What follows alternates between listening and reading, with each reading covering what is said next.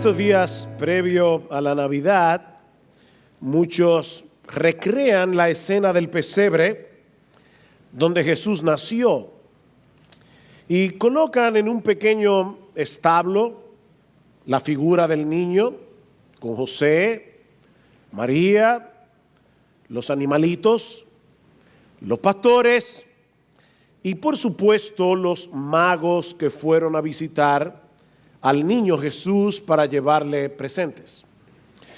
Y es precisamente acerca de esta visita que yo quisiera hablarles en esta mañana. Yo creo que la tradición ha trivializado y ha tergiversado una de las escenas más emocionantes, más significativas, conectadas con la infancia de nuestro Señor y Salvador Jesucristo.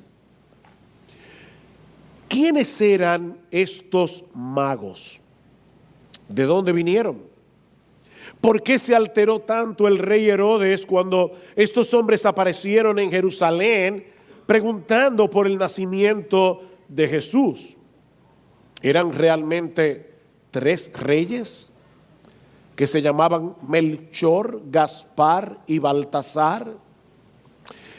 Ahora, la pregunta más importante que podemos hacer acerca de este pasaje es: ¿qué significado tiene esta visita?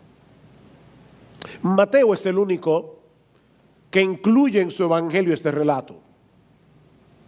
Y yo vuelvo a preguntar, ¿por qué Mateo, inspirado por el Espíritu Santo, incluyó en su evangelio la visita de los magos? Bueno, yo creo que la clave para entender este pasaje se encuentra en la pregunta del versículo 2. ¿Dónde está el rey de los judíos que ha nacido? De ahí el título de mi mensaje en esta mañana: el niño que nació para ser rey. Y hay al menos 3 cosas que aprendemos de esta visita de los magos acerca de Jesús. En primer lugar, que su reinado es universal. Universal. Vean otra vez los versículos 1 y 2. Después de nacer Jesús en Belén de Judea, en tiempos del rey Herodes, he aquí unos magos del oriente llegaron a Jerusalén diciendo: ¿dónde está el rey de los judíos que ha nacido? Porque vimos su estrella en el oriente y hemos venido a adorarle. Ahora, niños, déjenme hacerles una aclaración, y no solamente a ustedes, a todo el mundo aquí, porque la palabra mago tiene una connotación en nuestra mente. Esta palabra parece provenir de una raíz que significa grandeza. Y en los escritos de Heródoto, el historiador griego, aparece por primera vez para referirse a una tribu de los medos que llegó a desarrollar una gran habilidad en el estudio de la ciencia y de manera particular de la astronomía. Más adelante, la palabra mago o magi comenzó a usarse para señalar a los filósofos, sacerdotes o astrónomos orientales. Estos hombres se dedicaron al estudio de la astronomía, de la religión y de la medicina. Muchos de ellos creían en la existencia de un solo Dios, en el deber de practicar el bien y desechar el mal, así como la necesidad de la oración. En el imperio persa llegaron a ser tan influyentes que algunos historiadores afirman que nadie podía llegar a ser rey sin haber sido previamente entrenado y coronado por los magos. En el libro de Daniel los encontramos en Babilonia junto a los sabios, los astrólogos y los adivinos del reino. Debido a que muchos de ellos se envolvieron en las ciencias ocultas y en la adivinación, andando el tiempo, la palabra mago adquirió la connotación que nosotros le damos en nuestro idioma, es decir, una persona que se dedica a la magia y al ocultismo, pero es importante señalar que no todos los magos eran dados a estas prácticas. En cuanto a los magos de nuestra historia, es obvio que tenían conocimiento acerca de la venida del Mesías. Si vinieron de Babilonia o de la región medo-persa, no debemos olvidar, mis hermanos, que los judíos estuvieron cautivos allí por 70 años y que Daniel y sus amigos tuvieron contacto con esta casta de hombres sabios.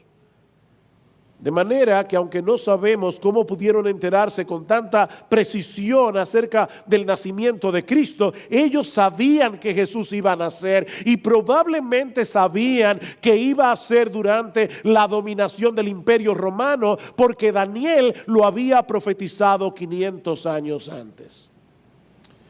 El punto es que de alguna manera Dios les hizo saber que ese Mesías que habían estado esperando por tanto tiempo había nacido, por lo que decidieron hacer un largo y dificultoso viaje, probablemente más de 1,600 kilómetros a lomo de camello, para venir a adorarle.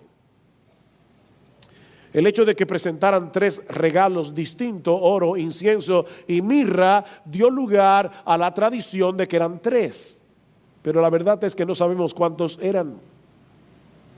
Más adelante se añadió que eran reyes del oriente, que su nombre eran Melchor, Gaspar y Baltasar, que cada uno de ellos representaba a los 3 hijos de Noé y que uno venía de la India, otro de Egipto y otro de Grecia. Pero mis hermanos, lo cierto es que la Biblia no nos da tantos detalles. Simplemente lo que dice la palabra de Dios es que unos hombres que pertenecían a esta poderosa casta oriental se enteraron del nacimiento de Jesús y vinieron a tributarle adoración. Noten una vez más el versículo 2. ¿Dónde está el rey de los judíos que ha nacido? Para ellos no había dudas de la información que tenían al respecto. Sabemos que este rey ya nació. Lo que queremos saber es dónde está. Porque vimos su estrella en el oriente y hemos venido a adorarla. ¿Qué estrella era esta? Bueno, la palabra griega que se usa aquí señala cualquier objeto de gran brillantez. Algunos suponen que se trataba de un cometa, pero yo me inclino a pensar que era una manifestación visible de la gloria de Dios.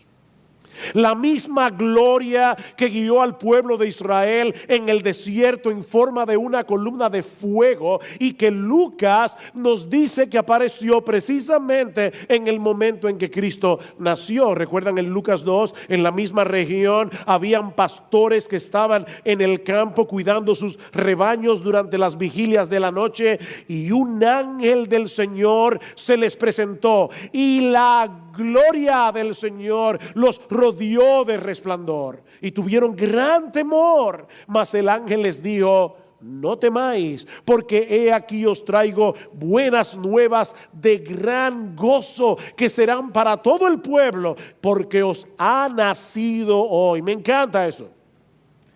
No porque ha nacido, sino porque os ha nacido hoy. A todos nos encanta cuando en nuestra familia nace un niño. Bueno, este niño nació para nosotros. Os ha nacido hoy en la ciudad de David un Salvador, que es Cristo el Señor. Y es muy probable que haya sido esa misma luz la que guió a los sabios del oriente. El texto de Mateo no sugiere que la estrella los fue guiando por todo el camino desde su lugar de partida hasta Judea. Simplemente dice que ellos vieron la estrella e iniciaron el viaje. Ahora, mis hermanos, no podemos perder de vista el significado teológico de la visita de los magos. Aunque ellos no eran judíos, fueron a adorar al rey de los judíos. ¿Dónde está el rey de los judíos que ha nacido? De alguna manera, ellos tenían el conocimiento de que el reinado de ese niño sería universal. Como yo decía hace un momento, Mateo es el único que incluye esta visita de los magos, y yo creo que Mateo quería resaltar precisamente que estos gentiles habían viajado de tan lejos para adorar al rey de los judíos. Mis hermanos, ¿cómo comienza el evangelio de Mateo? Algunos se cansan de leer genealogías en la Biblia, pero las genealogías son palabra de Dios. ¿Cómo comienza el evangelio de Mateo? Demostrando que ese Jesús que había nacido en Belén era descendiente de David, era descendiente de Abraham. ¿Y por qué era importante resaltar que Jesús era descendiente de David y era descendiente de Abraham? Porque Dios le había prometido a Abraham que a través de uno de sus descendientes serían benditas todas las familias de la tierra. Y Dios le prometió a David que uno de sus descendientes se sentaría en su trono para siempre. De ahí las palabras de Jesús en la gran comisión después de haber resucitado: toda autoridad me ha sido dada en el cielo y en la tierra. Id y haced discípulos de todas las naciones, hasta de los dominicanos, de todas las naciones. Este niño nació para ser rey, pero no para ser simplemente el rey de Israel. Él nació para ser el rey del mundo entero. Su reinado es universal, y la visita de los magos en el capítulo 2 del Evangelio de Mateo no es más que un preámbulo de lo que iba a suceder después de la resurrección de Jesús. Estos hombres que vinieron del oriente no seguían la religión de Zoroastro, como hacían muchos en Persia, ni adoraban a Ahura Mazda como Dios, sino que vinieron a postrarse delante de Jesús y reconocerle como rey. Mis hermanos, este niño nació para ser reverenciado como Señor por hombres y mujeres de todo pueblo, toda tribu, toda lengua y toda nación. Por encima de toda religión y cultura, Jesús es el camino, Él es la verdad y Él es la vida. No hay otro camino, no hay otra verdad, y fuera de Él no hay vida. Y dice la Escritura que toda rodilla se doblará. Algún día nadie podrá negar esa realidad. Toda rodilla se doblará, toda lengua confesará que Jesucristo es el Señor, para la gloria de Dios el Padre. Sin embargo, este pasaje también nos enseña que no todos reconocerán la autoridad suprema de Jesús, y eso nos lleva a nuestro segundo encabezado.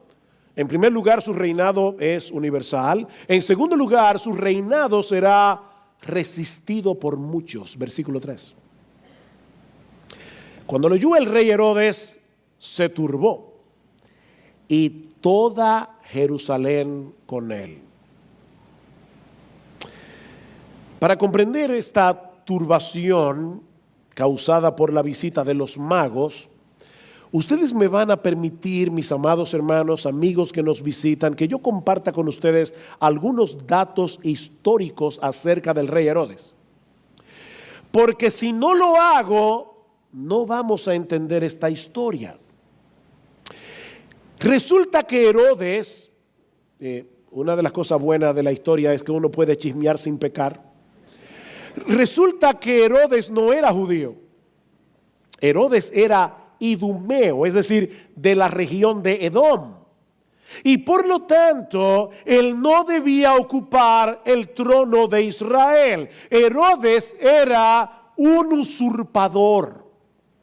Cuando los romanos capturaron a Judea en el año 63 antes de Cristo, el padre de Herodes, llamado Antípater, que era un hombre muy astuto y que en ese tiempo era gobernador en Edom, aprovechó la situación para buscar el favor de los romanos. Y ellos, en cambio, nombraron a Antípater procurador de Judea. Ahora, con esta autoridad, Antípater en el año 47 antes de Cristo nombró a su hijo Herodes como tetrarca de Galilea. Unos años más tarde, el emperador Augusto extendió el dominio de Herodes hasta incluir toda Palestina, y es así como este hombre llegó a ser el rey de los judíos sin ser judío. Y como ustedes se pueden imaginar, esto produjo un profundo malestar en toda la nación de Israel. Para suavizar la situación, Herodes se casó con una judía llamada Mariana, que era descendiente de la última familia que había gobernado a Israel antes del dominio del Imperio Romano. Así que esta mujer tenía ascendencia real. Pero Herodes nunca dejó de tenerle terror a todo lo que sonara conspiración. Y con el paso de los años, Herodes se fue haciendo más paranoico y más cruel. Como su esposa descendía de una familia que podía aspirar al trono, Herodes se encargó de matarlos uno a uno. Primero mató al hermano de su esposa, luego a su tío, luego a su abuelo, finalmente mató a la misma Mariana y después se encargó de matar a los 3 hijos que tuvo con ella, porque los 3 llevaban sangre real. Por eso en el tiempo del Señor decían que era mejor ser un cerdo de Herodes y no su hijo. Y es un juego de palabras, porque en griego la palabra cerdo y la palabra hijo se parece. Era tal la crueldad del rey Herodes que unos días antes de su muerte mandó a encarcelar a un grupo de los ciudadanos más distinguidos de Jerusalén, dejando órdenes expresas que todos ellos fueran ejecutados al momento de morir, para asegurarse de que Jerusalén llorara el día de su muerte. Ahora, con estos datos en la cabeza, imagínense lo que pudo haberle pasado a este hombre por la cabeza cuando escuchó la noticia de que un grupo de la casta de los magos había llegado del oriente preguntando dónde estaba el rey de los judíos que había nacido. Herodes se espantó, y dice Mateo, y toda la ciudad con él, porque ellos sabían lo que podía implicar que este hombre se sintiera amenazado. Ellos sabían por experiencia que esa agitación en el corazón del rey Herodes podía terminar en un baño de sangre. Y eso fue lo que realmente sucedió, ¿recuerdan? Herodes mandó a matar a todos los niños menores de 2 años en Belén y sus alrededores, para estar completamente seguro de que él había exterminado esta amenaza. De ahí el interés de Herodes por conocer los detalles del lugar del nacimiento de Jesús, versículo 4.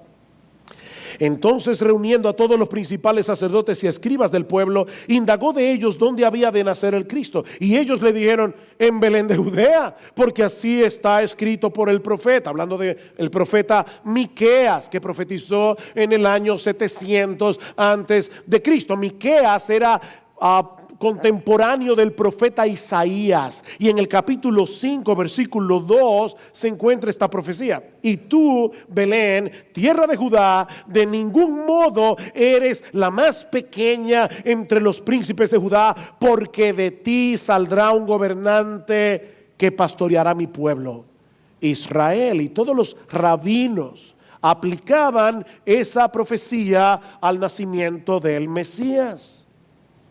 De paso, cuando lleguen a sus casas, busquen Miqueas capítulo 5 versículo 2 y ustedes van a ver que este texto es sumamente paradójico, porque dice que el Mesías habría de nacer en Belén, pero al mismo tiempo el texto dice que sus orígenes son desde los días de la eternidad. El Eterno habría de nacer como un niño y sería un gobernante que iba a pastorear al pueblo de Israel. Miqueas profetizó 700 años antes del nacimiento de Cristo acerca de este rey pastor que, a pesar de ser eterno, habría de nacer en Belén. Isaías, su contemporáneo, profetizó que iba a nacer de una virgen. Ahora, además está decir, mis hermanos, que Jesús no habría podido cumplir esta profecía adrede, ni muchas cosas que se cumplieron a lo largo de su vida. Nadie puede decidir las circunstancias de su nacimiento. Me hubiera gustado haber nacido en una familia real, pero resulta que tú no naciste en una familia real. Tienes sangre roja, no azul. Nadie escoge las circunstancias de su nacimiento, pero saben que el Señor Jesucristo nació en el lugar preciso, nació de la familia precisa y en el tiempo preciso, durante la dominación del Imperio Romano, tal como Isaías, Miqueas y Daniel habían profetizado. Ahora, ¿saben qué es lo más sorprendente de este relato? Hasta este punto, la reacción de los sacerdotes y los escribas. Vienen unos magos y preguntan: ¿dónde está el rey de los judíos que ha nacido? Herodes llama a estos teólogos para preguntarles qué dice la Biblia acerca de esto. Y ellos le dicen: Jesús, o el Cristo nacería en Belén. Ellos conocían estas profecías y ¿saben qué hicieron? Nada. No hicieron absolutamente nada para averiguar si en verdad el esperado descendiente de David había nacido en Belén. Los magos se movieron cientos de kilómetros para conocer a Jesús y adorarle. Herodes reaccionó con una furia asesina, pero estos hombres fueron totalmente indiferentes. De hecho,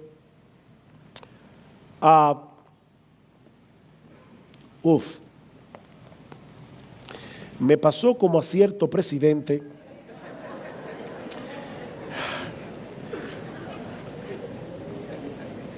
de alguna manera extraña.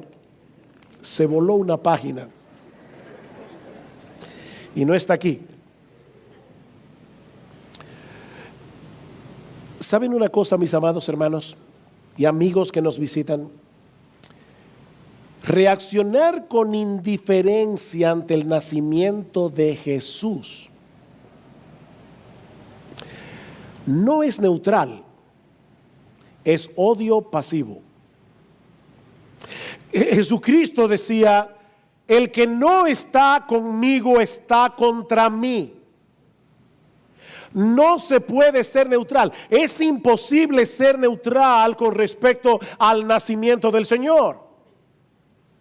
Herodes por lo menos tenía en su mente una idea muy clara: Jesús y yo no podemos estar en el mismo territorio, porque si Él es rey, mi trono peligra. Si yo soy rey, debo darle muerte. Mis hermanos, ¿saben cuál es la razón por la que muchos pecadores no vienen a Cristo? No es por falta de evidencia. No es porque intelectualmente hablando ellos no pueden convencerse de que la Biblia es la verdad. No, la Biblia tiene demasiadas evidencias para probar sin lugar a dudas que ella es exactamente lo que ella dice ser: la infalible, inerrante y todo suficiente palabra de Dios. No es por falta de evidencias. es porque todo pecador sabe que aceptar a Jesús como Señor es tener que salir del trono. Hay una parábola en la que Jesús pone en boca de aquellos que le rechazan estas palabras: no queremos que éste reine sobre nosotros. Ese es el problema de los pecadores. Los pecadores quieren seguir siendo reyes. Seréis como Dios. Esa fue la tentación.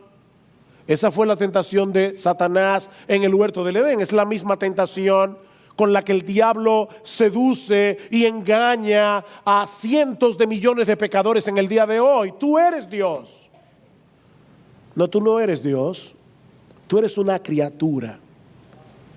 Y debes someterte voluntariamente al Rey de Reyes y al Señor de Señores. Herodes reaccionó con una furia asesina para matar a Jesús. Pero nadie puede echar por tierra los planes de Dios. Y eso nos lleva a nuestro tercer encabezado. Ya hemos dicho, este pasaje nos enseña que el reinado de Jesús es universal. Hemos dicho que este pasaje nos enseña que el reinado de Jesús será rechazado por muchos. Pero este pasaje también nos enseña que el reinado de Jesús no puede ser destruido. El reinado de Jesús no puede ser destruido. Herodes llamó a los magos en secreto, en privado, se cercioró con ellos del tiempo en que había aparecido la estrella. Noten que él no preguntó, ¿y cómo en qué fecha fue que nació Jesús? No. ¿Cuándo fue que apareció la estrella? Él quería calcular para saber a cuáles niños debía matar.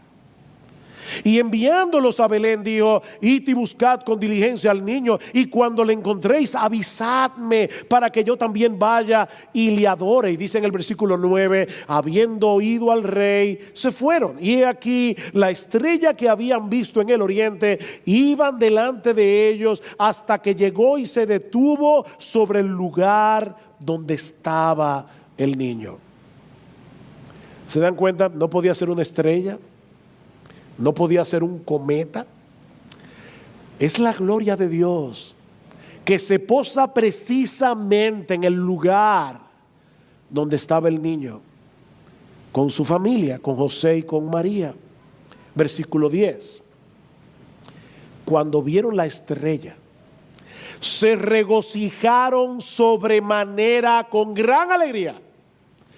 Y entrando en la casa vieron al niño con su madre María, y postrándose le adoraron, y abriendo sus tesoros le presentaron obsequios de oro, incienso y mirra. Yo no sé cuántos de ustedes hicieron nacimientos este año. Trataron de recrear el pesebre. Si pusiste allí las figuritas de los magos, cuando llegues a tu casa hoy, sácalos de ahí. Porque los magos no estaban ahí junto con los pastores. Cuando los magos llegaron a visitar a Jesús, ya no estaba en el pesebre, estaba en una casa. Y Jesús tenía como casi 2 años de haber nacido. Así que colocar a los magos en el pesebre es anacrónico. Niños, eso es lo que significa, una palabra rara, pero lo que significa es fuera de tiempo. Fuera de tiempo.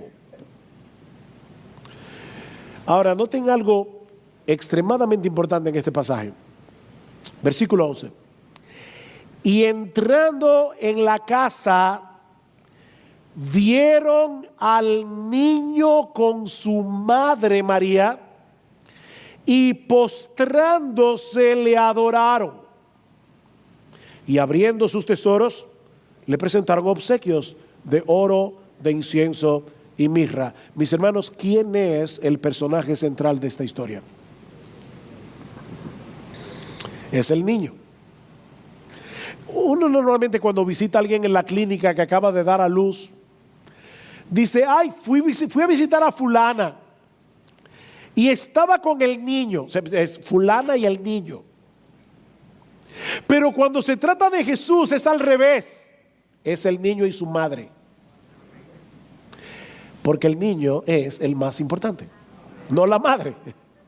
De hecho, cada vez que Mateo menciona a Jesús y a María en el pasaje, los menciona exactamente en ese mismo orden, y yo no puedo pensar que esto fue casualidad. Dios sabía que andando el tiempo algunos iban a adorar a María en vez de adorar a Jesús. Versículo 13: después de haberse marchado ellos, un ángel del Señor se le apareció a José en sueño, diciendo: levántate, toma al niño y a su madre y huye a Egipto. Versículo 14: y él, levantándose, tomó de noche al niño y a su madre y se trasladó a Egipto. Versículo 20: levántate, le dijo otro ángel a José, toma al niño y a su madre y vete a la tierra de Israel. Versículo 21: y levantándose él, tomó al niño y a su madre y volvió a la tierra de Israel. Mis hermanos, el Señor Jesucristo es el personaje central de esta historia. Y yo me imagino que muy probablemente los magos compartieron con José y con María muchas cosas acerca del nacimiento de Jesús, pero Jesús es el personaje central. Más aún, el texto dice que estos hombres, al ver al niño, se postraron para adorarle. ¿A quién? A Jesús, no a María. Y de paso, no tenemos nada en contra de la madre de Jesús. María es una pecadora redimida que por la gracia de Dios es digna de ser imitada, como cualquier héroe de la fe que nosotros encontramos en las Escrituras. Pero debemos insistir que solo Dios merece adoración. Los magos se postraron para adorar a Jesús porque lo están reconociendo como Dios. Ahora, mis hermanos, traten de visualizar por un momento la escena que Mateo nos está describiendo en este pasaje. Aquí tenemos a un grupo de hombres poderosísimos, acostumbrados a tratar con reyes, con emperadores, con altos dignatarios orientales, postrados en adoración delante de un niño de 2 años de edad, en una oscura e insignificante aldea de una insignificante nación en aquellos días. No sabemos qué tanta información tenían ellos acerca del Mesías, pero mis hermanos, es obvio que estos hombres veían a Jesús como un personaje de suprema importancia. Y aún es posible que de alguna manera se les haya revelado que Jesús era el Hijo de Dios. Noten los obsequios: oro, incienso y mirra. Miren, yo no quiero llegar más allá de lo que está escrito, pero muy buenos comentaristas señalan el hecho de que estos regalos fueron cuidadosamente escogidos para expresar ciertas cosas. El oro era lo que se le solía obsequiar a los reyes. El incienso era lo que se usaba comúnmente en la adoración a Dios. Y la mirra tenía varios usos, pero casi todos conectados con el servicio a los hombres. Se usaba como perfume, se mezclaba con vino para que actuara como un anestésico y se usaba para embalsamar a los muertos. El oro para los reyes, el incienso para Dios y la mirra para los hombres. Y repito, no podemos ser dogmáticos al respecto, pero Dios pudo haber movido a estos magos a regalar estas cosas específicas para mostrar que ese niño era Dios, el Hijo que se había hecho hombre para llegar a ser rey. Ahora, lo que sí sabemos con toda certeza es que estos hombres viajaron más de 1,600 kilómetros para conocer a Jesús, para postrarse en adoración delante de Él cuando apenas era un niño y para llevarle obsequios que eran dignos de un personaje de la realeza. Por el resto de las Escrituras sabemos que ciertamente este niño era Dios, que se hizo hombre para morir en una cruz, resucitar al tercer día y luego ascender a los cielos, donde está sentado a la diestra de Dios hasta que todos sus enemigos sean puestos por estrado de sus pies. Herodes desató toda su furia contra él, pero no hay nadie en todo el universo que tenga el poder suficiente para echar por tierra los planes de Dios. Noten el versículo 12. Y habiendo sido advertidos por Dios en sueños que no volvieran a Herodes, partieron para su tierra por otro camino. El reinado de Jesús es indestructible. El Señor Jesucristo iba a ser asediado a lo largo de toda su vida, pero nada ni nadie iba a impedir que llegara a la cruz, donde Él dio su vida voluntariamente para el perdón de los pecados de millones de hombres y mujeres que a través de los siglos iban a postrarse delante de Él como Señor y Salvador. Por eso el Padre me ama, dice Jesús en Juan 10, porque yo doy mi vida para tomarla de nuevo. Nadie me la quita, sino que yo la doy de mi propia voluntad. Tengo autoridad para darla y tengo autoridad para tomarla de nuevo. El reinado de Jesús es universal.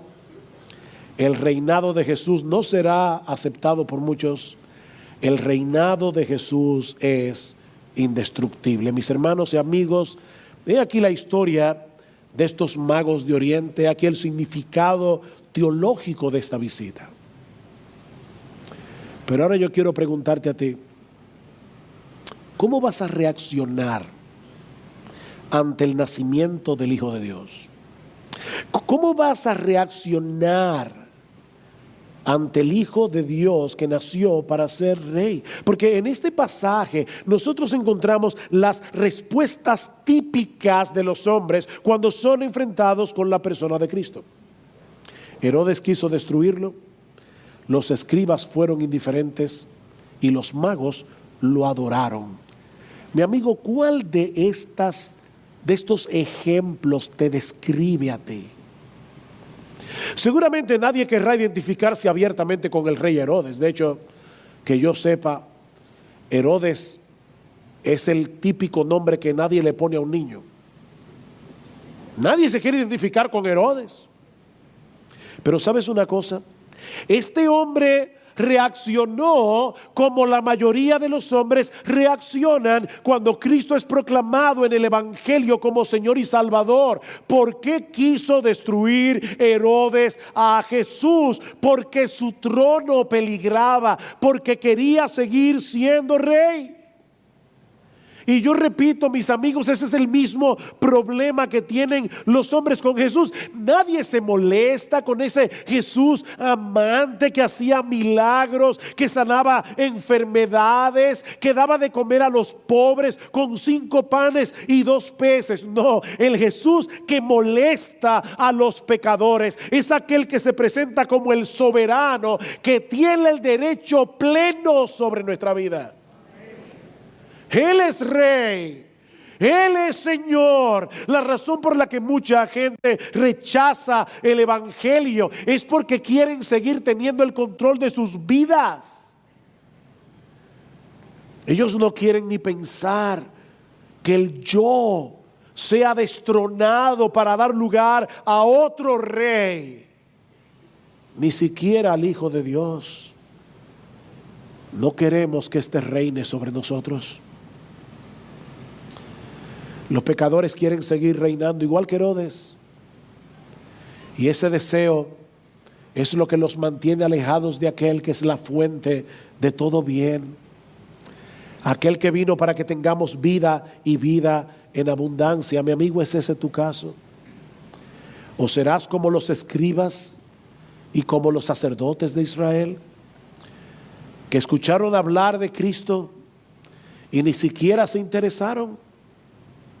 No mostraron ningún interés en verificar la historia. Y yo te pregunto, ¿es ese tu caso? ¿Eres indiferente al hecho de que el Hijo de Dios se haya hecho hombre y haya venido a la tierra a morir en una cruz? Mi amigo, algún día tú te presentarás delante de ese Rey y tendrás que darle cuenta por tu indiferencia. Si el Hijo de Dios se encarnó, tiene que haber sido por una razón supremamente importante, y es que no hay otra forma de salvar a los pecadores. Alguien tenía que pagar el precio, alguien tenía que morir por nuestros pecados, alguien que no tuviese deudas pendientes que pagar por sí mismo, alguien que fuese santo y sin mancha, mi amigo. Por eso se encarnó el Hijo de Dios, porque solo Él llenaba esos requisitos. Él era sin pecado. Él murió siendo inocente para que pecadores culpables pudieran ser absueltos. Y hoy ofrece salvación perfecta y gratuita a todo aquel que cree. Ese es el mensaje que el Evangelio anuncia, que la justicia perfecta de Jesús está disponible por medio de la fe para aquellos que no tenemos justicia alguna. Tratar este mensaje con indiferencia no es otra cosa que un aborrecimiento pasivo hacia la persona de Jesús. La neutralidad es imposible cuando se trata de Jesús. El que no está conmigo está contra mí.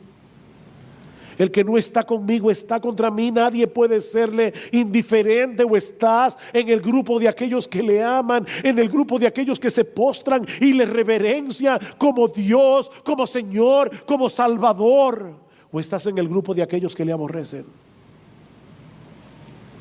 O quiera el Señor que muchos aquí en esta mañana adquieran la sabiduría de estos magos de Oriente.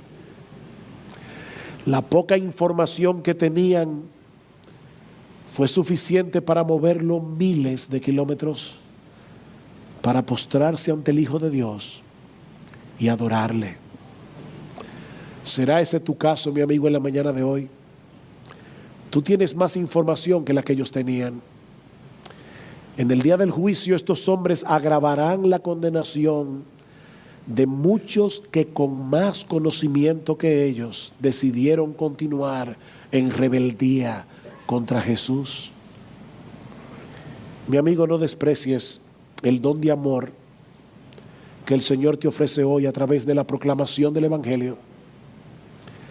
Recibe este regalo divino, viniendo a Cristo en arrepentimiento y fe, reconociendo a Jesús como Rey, como Señor y como Salvador.